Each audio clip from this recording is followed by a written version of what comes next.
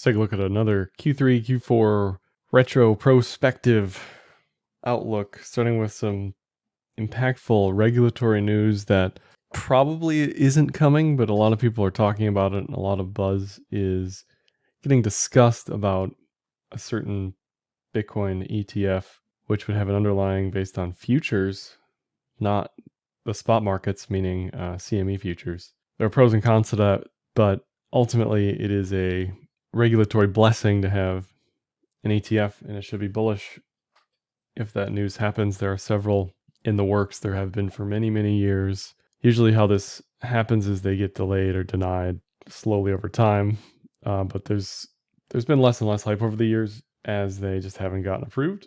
But it's a news item, a regulatory item that is maybe the shining beacon on a hill of the regulatory stuff that is potentially coming for crypto in Q4 and even Q1, with some DeFi stuff in Europe potentially coming in Q1.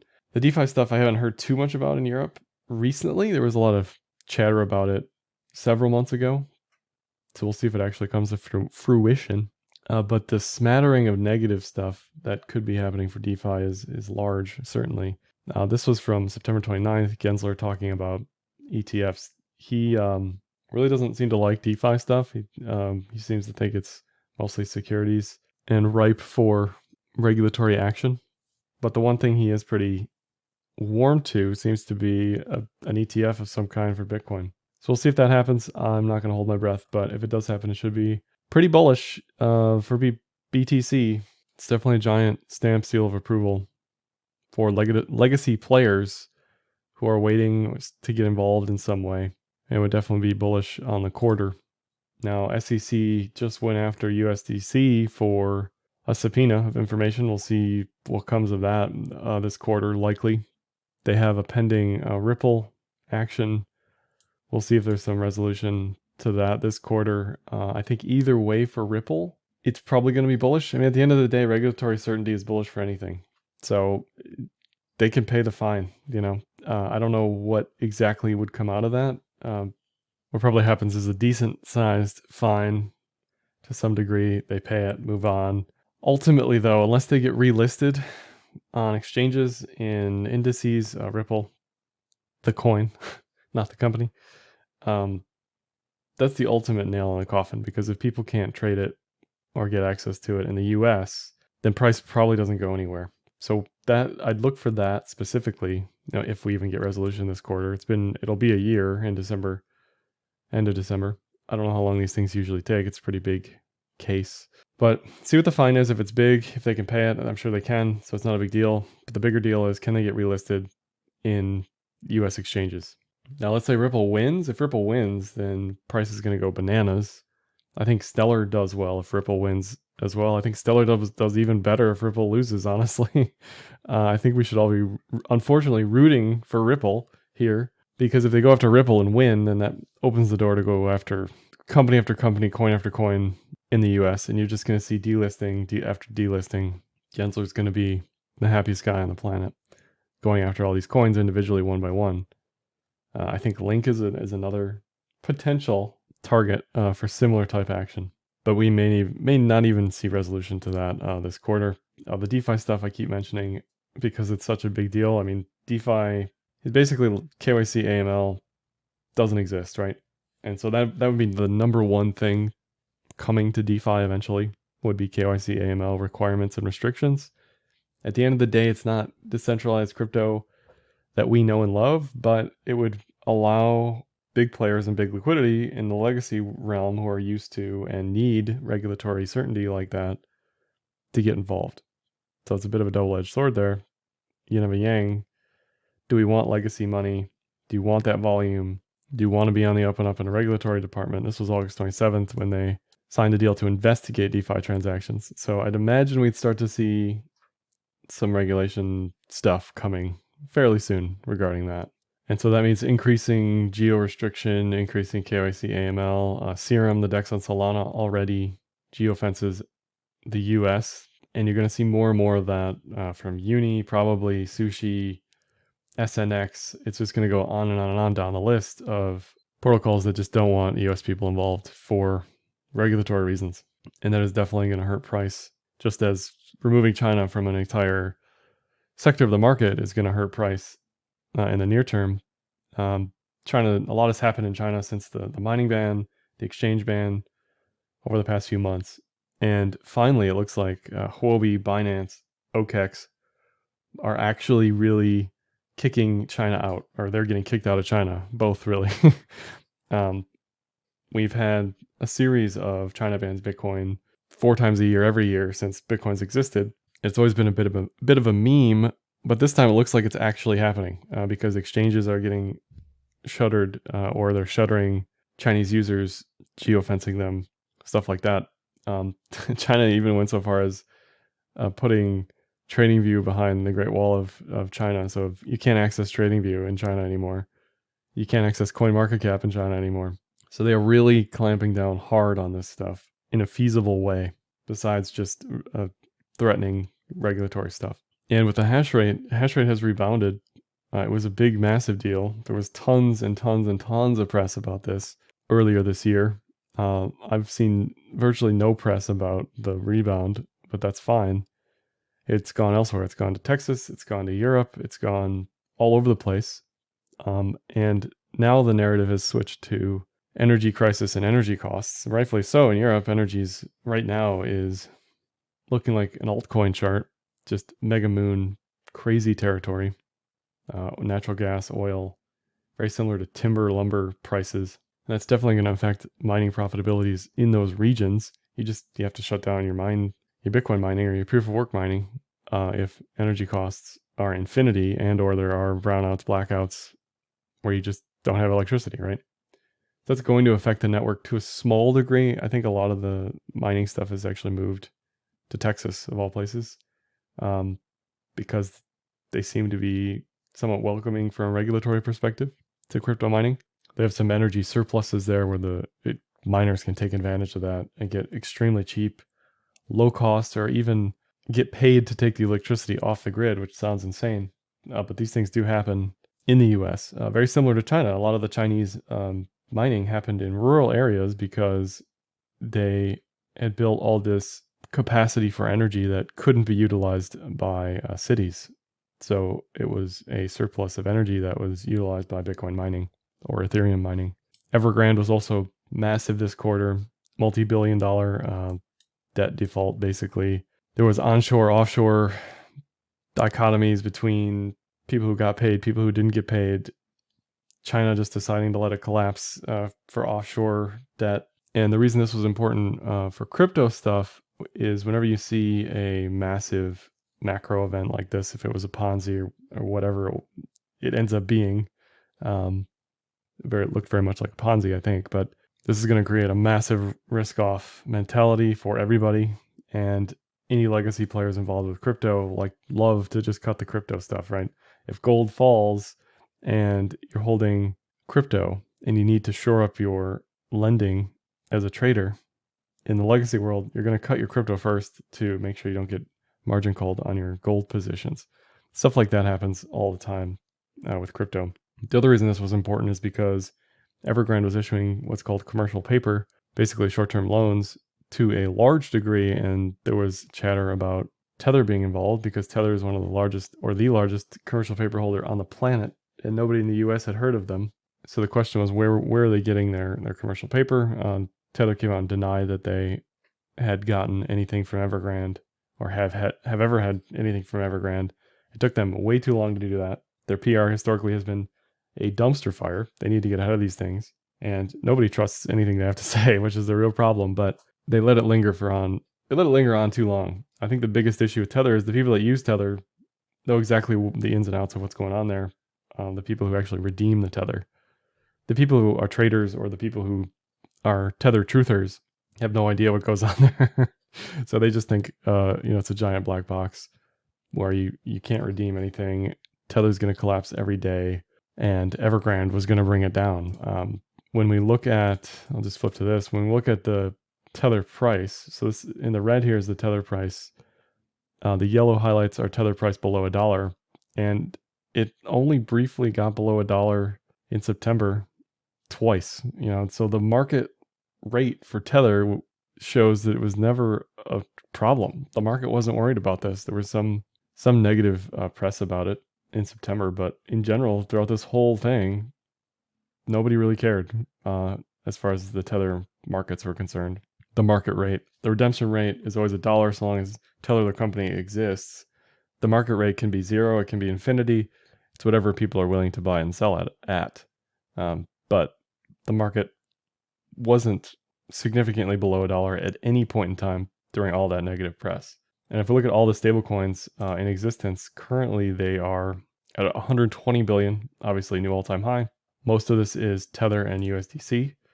If you look at the market share between all of them, Tether makes up around 60%, USDC around 24 to 25%, and then the other 15% is split between DAI, which is 50% USDC, GUSD, HUSD, PAX, TUSD, and BUSD, which is also a significant 11% there. So really the top three are Tether, BUSD, and USDC. One thing we did see this quarter, though, is the Tron category of Tether continue to hold its dominance against ETH USDC because of ETH fees still being significant. So although EIP 1559 was great for the narrative, great for ETH, ultrasound money, at the end of the day, it did nothing for fees. It didn't help fees. It wasn't supposed to help fees. It was, and still continues to be, kind of a extreme development crunch for implementation. A lot of, I don't know the exact numbers. I'll take a look. Let me pull that up. But early on, a lot of this EIP 1559 stuff was confusing for developers. It was hard to use. It was hard to implement. I think that's slowly changing. And it looks like currently 60% of the transactions being sent are EIP 1559 transactions. OpenSea being the biggest contributor to that, the NFT exchange. So it's still not 100%. It's still not above 85%. It's still closer to 50% of the transactions. MetaMask was a laggard to this, but they have finally implemented EIP 1559 usability. And like I said, it did nothing for fees, really, and revenue. Revenue is still, for miners, flat and historically quite high. And we can look at the breakdown between block rewards and fees. Fees have essentially taken up where the block rewards have fallen off. So are we doing anything if supply is being reduced? Sure, by 53%, right? We showed that. This is watchtheburn.com, but net reduction has been 53% as far as issuance is concerned. But fees are unchanged. Fees are even higher than they were in June and July. The revenue, rather, between what's actually happening here. So when we look at things like Puel multiple and just mining revenue and the idea of the supply selling stuff in general, fees not only hold people out of the market, they prevent transactions by making things so expensive most people just can't do it. If you're trading $500 or $1,000 on a DEX, you don't want majority of that to be slowly eaten up over time by trading fees. So you do less, right? If you do less on ETH, on DeFi, things generally do not as well. So I'm personally very much looking forward to proof of stake on ETH or any changes where the fees go down significantly, because in that environment, I think ETH does the best. Like I said, OpenSea is the all-time burn leader at 66,000 ETH. Tether, UniSwap in there. Axie Infinity, the game on ETH, doing quite well in the burn department as well. MetaMask and 1inch. So it's mostly DEXs and stablecoins along with dApps just burning in a significant amount of ETH. But if fees are still high, the question is, does it matter? Price-wise, I don't know if it has mattered. So into Q4, I want to see more layer 2 stuff. I want to see exchanges implementing and adopting this stuff. Binance, FTX, Coinbase, Bitstamp. I don't know what it's going to take, but we need the more layer 2 stuff, the better, because it takes pressure off of layer 1, bringing layer 1 fees down along with it. And if we can have the high routing stuff happening on layer 2, that's cheaper, better, and faster, then everyone is happy. Something else layer 2 wise that's picked up this Steam this quarter has been Lightning Network. Something I've only used in a limited capacity personally, just because it's been so difficult. Blue Wallet is a good mobile wallet for, I think that's the name of it, Blue Wallet, for Lightning stuff. but capacity has picked up big time, both notionally and in BTC terms. And there's been a significant push for more and more of this, especially along with the Venezuela stuff that's been happening. And by Venezuela, I mean El Salvador, of course, which approved Bitcoin as legal tender. So I think that has certainly helped the Lightning Network. Price-wise, something else to consider surrounding ETH would be to look at the previous forks that have happened and when the local highs have been put in price. Like, is there a pattern with this? First thing is looking at it, collecting the data. Is there a pattern you can identify? Does it have significant backing to it? Does it make sense? And then can we apply that in the future? So for the most part, it looks like around 80 to 90 days has been local highs in price relative to hard forks on ETH.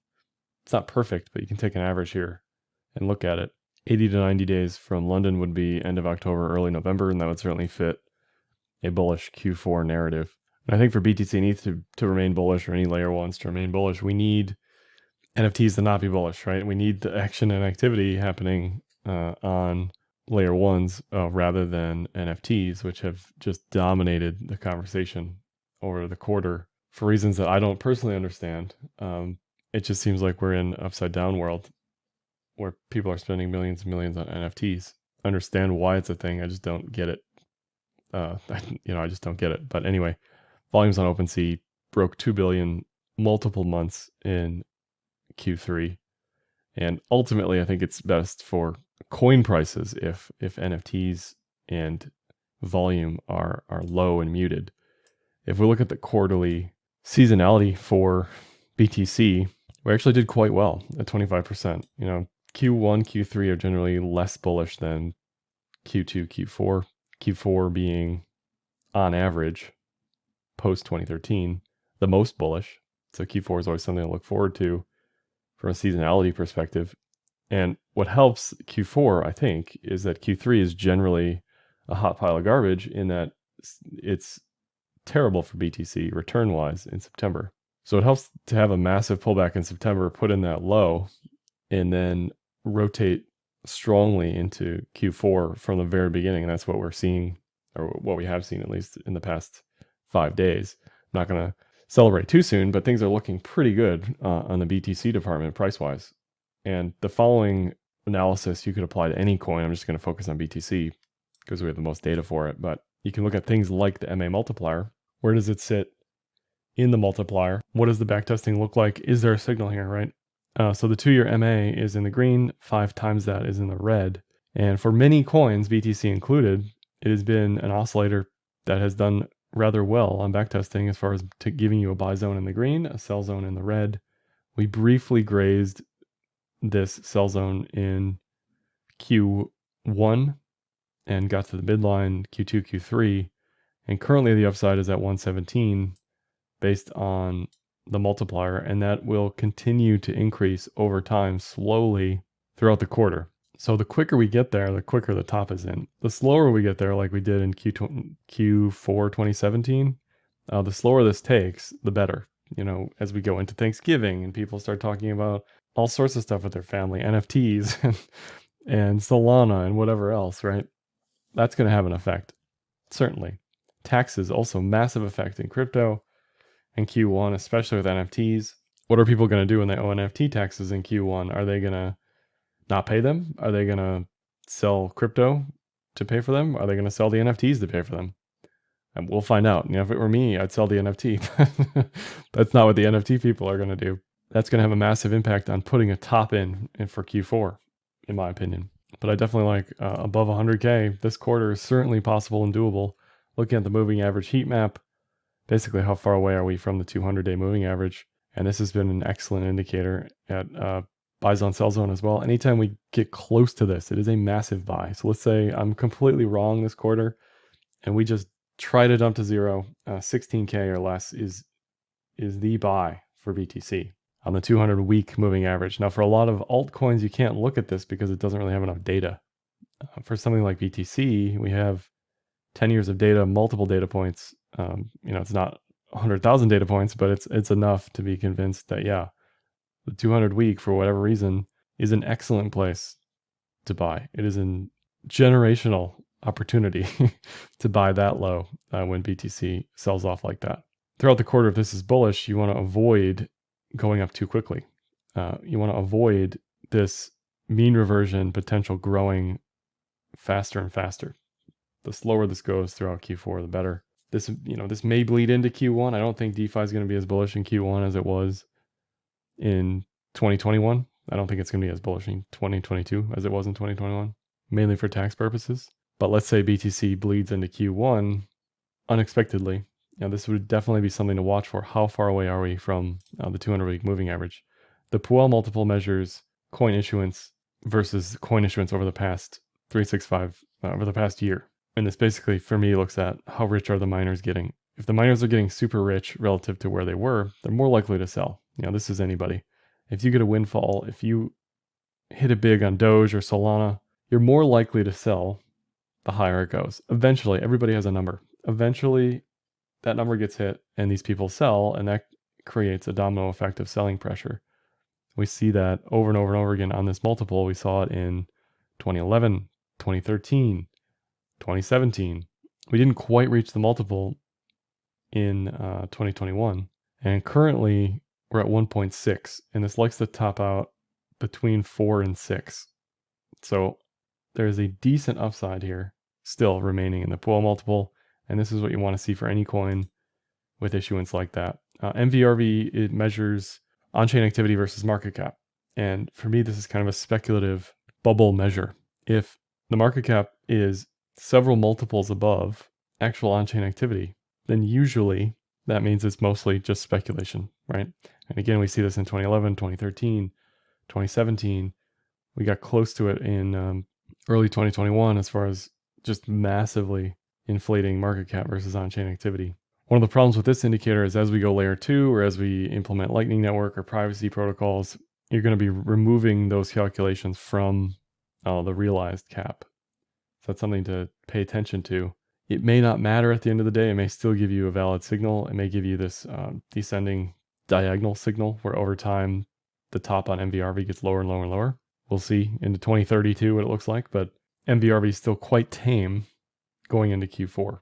And if we look at the total market cap, this is everything including BTC, every alt. If we look at the total market cap in a vacuum, and I had no idea what this was, I would say, wow, this is the most bullish thing I've seen in quite some time, because we had a bull trend, broke down, bull trend, TK cross recross here is eventually going to happen, most likely over the next couple of days into early October. And so what exactly needed to happen happened in that support was tested. We held that support, and it looks like we're going to get a bullish continuation here.